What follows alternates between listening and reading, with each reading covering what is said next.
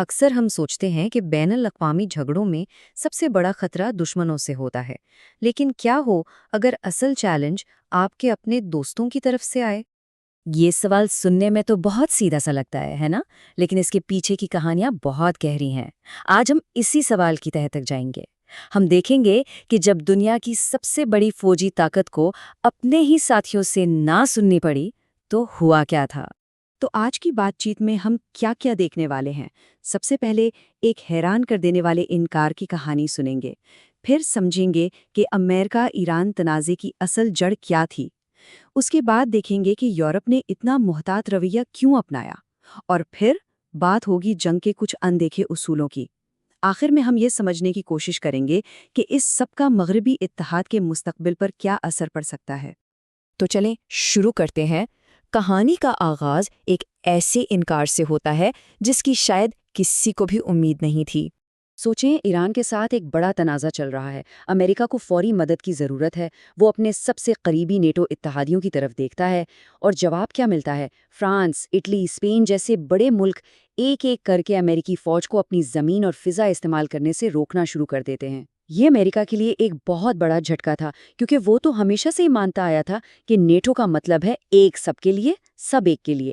اس واقعے نے اس پورے نظریے پر ہی سوال کھڑا کر دیا۔ تو آخر ایسا ہوا کیوں؟ مطلب اتنے قریبی اتحادیوں نے اچانک منہ کیوں موڑ لیا؟ اس کیوں کا جواب جاننے کے لیے ہمیں تھوڑا پیچھے جانا پڑے گا اور دیکھنا ہوگا کہ امریکہ اور ایران کے درمیان آخر چل کیا رہا تھا جس کی وجہ سے امریکہ کو مدد مانگنی پڑی۔ دیکھیں، سب کچھ بہت تیزی سے ہوا۔ 28 فروری 2026 کو امریکہ اور اسرائیل نے مل کر ایران پر ایک بڑا حملہ کیا، جس میں ایران کے سپریم لیڈر علی خامنئی مارے گئے۔ اس کے فوراً بعد مارچ کے شروع میں ہی تہران نے جوابی کارروائی شروع کر دی۔ پورے مشرق وسطیٰ میں ڈرون اور میزائل حملوں کی جیسے ایک لہر آ گئی۔ اب اس بگڑتی ہوئی صورتحال میں امریکہ کو اپنے فوجی آپریشنز جاری رکھنے کے لیے فوری لاجسٹک سپورٹ کی ضرورت پڑی، اور ظاہر ہے اس نے سب سے پہلے اپنے یورپی اتحادیوں کا دروازہ کھٹکھٹایا۔ اور جب ہم فضائی طاقت کی بات کرتے ہیں تو یہ صرف جہاز اڑانے کا نام نہیں ہے، یہ ایک بہت ہی پیچیدہ سسٹم ہے۔ یوں سمجھیں کہ یہ F-22 ریپٹرز جیسی جدید مشینیں صرف پیٹرول پر نہیں چلتیں، انہیں اتحادیوں کے ہوائی اڈوں کی ضرورت ہوتی ہے، مرمت کے لیے جگہ چاہیے ہوتی ہے، اور سب سے بڑھ کر انہیں اڑنے کے لیے دوسرے ملکوں کی فضائی حدود سے گزرنے کی اجازت بھی چاہیے ہوتی ہے۔ اس کے بغیر یہ جنگی طیارے محض زمین پر کھڑا لوہے کا ڈھیر ہیں۔ تو امریکہ نے مدد مانگی۔ اب دیکھتے ہیں کہ یورپ نے جواب کیا دیا، اور اس کو سمجھنے کے لیے فرانس کی مثال سب سے بہترین ہے۔ یہاں فرق سمجھنا بہت ضروری ہے۔ امریکہ نے کیا مانگا تھا؟ اس نے کہا ہمیں اپنے اڈوں اور فضائی حدود تک مکمل رسائی دو تاکہ ہم ایران کے خلاف آپریشنز کر سکیں۔ لیکن فرانس نے کیا جواب دیا؟ انہوں نے کہا ٹھیک ہے، آپ ہماری فضائی حدود استعمال کر سکتے ہیں، لیکن صرف دفاعی کارروائیوں کے لیے۔ مطلب اگر آپ کو اپنے اتحادیوں کو بچانا ہے تو ٹھیک ہے، لیکن ہماری زمین سے ایران پر کوئی حملہ نہیں ہوگا۔ یہ ایک بہت بڑا نہیں تھا، لیکن ایک سفارتی انداز میں۔ اور پھر فرانس کے وزارت خارجہ کے ترجمان نے تو بالکل صاف صاف کہہ دیا، یہ ہماری جنگ نہیں ہے اور ہم اس کا حصہ نہیں بننا چاہتے۔ اس سے زیادہ واضح پیغام اور کیا ہو سکتا تھا؟ فرانس صاف کہہ رہا تھا کہ وہ اس جھگڑے سے دور رہنا چاہتا ہے اور کشیدگی کو مزید نہیں بڑھانا چاہتا۔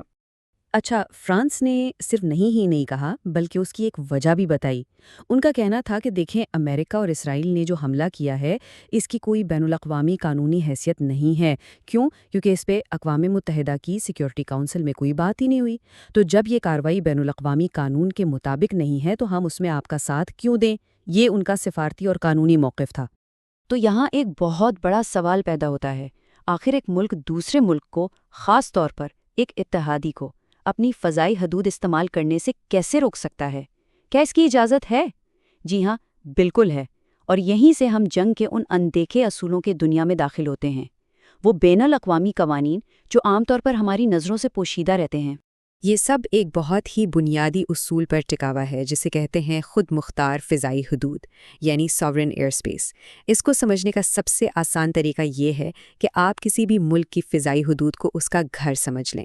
جیسے آپ کے گھر میں کوئی آپ کی اجازت کے بغیر داخل نہیں ہو سکتا، بالکل اسی طرح کوئی بھی فوجی طیارہ کسی دوسرے ملک کی فضائی حدود میں اس کی صاف اجازت کے بغیر داخل نہیں ہو سکتا، چاہے وہ آپ کا سب سے اچھا دوست ہی کیوں نہ ہو۔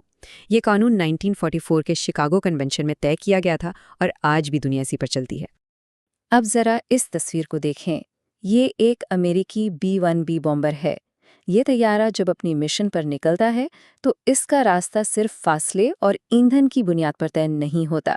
اس کا راستہ دراصل درجنوں بین الاقوامی اجازتوں سے بنا ایک پیچیدہ سیاسی نقشہ ہوتا ہے۔ اسے جن جن ملکوں کے اوپر سے گزرنا ہے ان سب سے اجازت لینی پڑتی ہے۔ ایک بھی ملک اگر نہیں کہہ دے تو پورا مشن خطرے میں پڑ سکتا ہے۔ اور مزے کی بات یہ ہے کہ ایسا پہلی بار نہیں ہو رہا تھا۔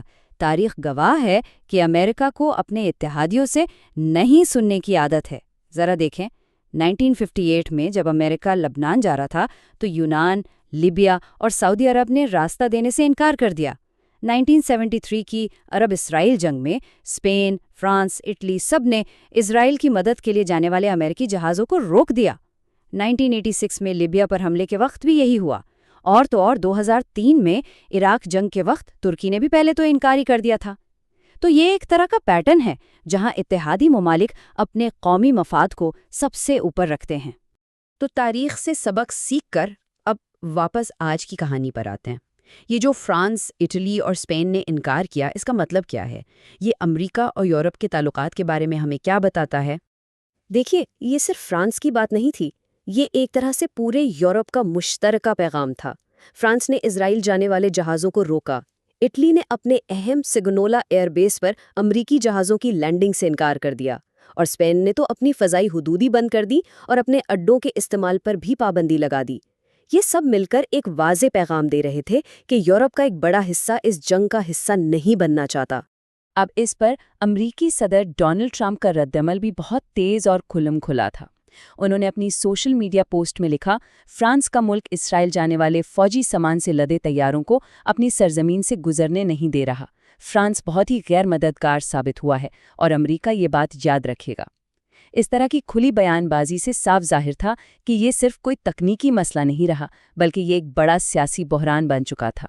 سیاستدانوں کے علاوہ ماہرین بھی اس صورتحال کو بہت سنجیدگی سے دیکھ رہے تھے، جیسے کہ ہنری جیکسن سوسائٹی کے جان ہیمنگز نے کہا کہ اٹلی کا امریکی جہازوں کو روکنا امریکہ اور یورپ کے درمیان ایک بڑے بحران کا کھلا ثبوت ہے جو اب سطح پر آ رہا ہے۔ یعنی یہ صرف لاجسٹکس کی بات نہیں تھی، بلکہ یہ امریکہ اور یورپ کے درمیان بڑھتے ہوئے نظریاتی فاصلوں کی نشانی تھی۔ تو یہ ساری کہانی ہمیں ایک بہت بڑے اور اہم سوال کے سامنے لا کھڑا کرتی ہے۔ کیا آج کی اس بدلتی ہوئی دنیا میں پرانے اتحاد کی کوئی گارنٹی ہے، یا پھر ہر ملک کے لیے اپنا قومی مفاد اور اپنی خود مختاری ہی سب سے اہم ہے، چاہے اس کے لیے قریبی سے قریبی دوست کو بھی انکار کرنا پڑے؟ اس سوال کا جواب جو بھی ہو، وہ آنے والے وقت میں پوری دنیا کی سیاست کی شکل طے کرے گا۔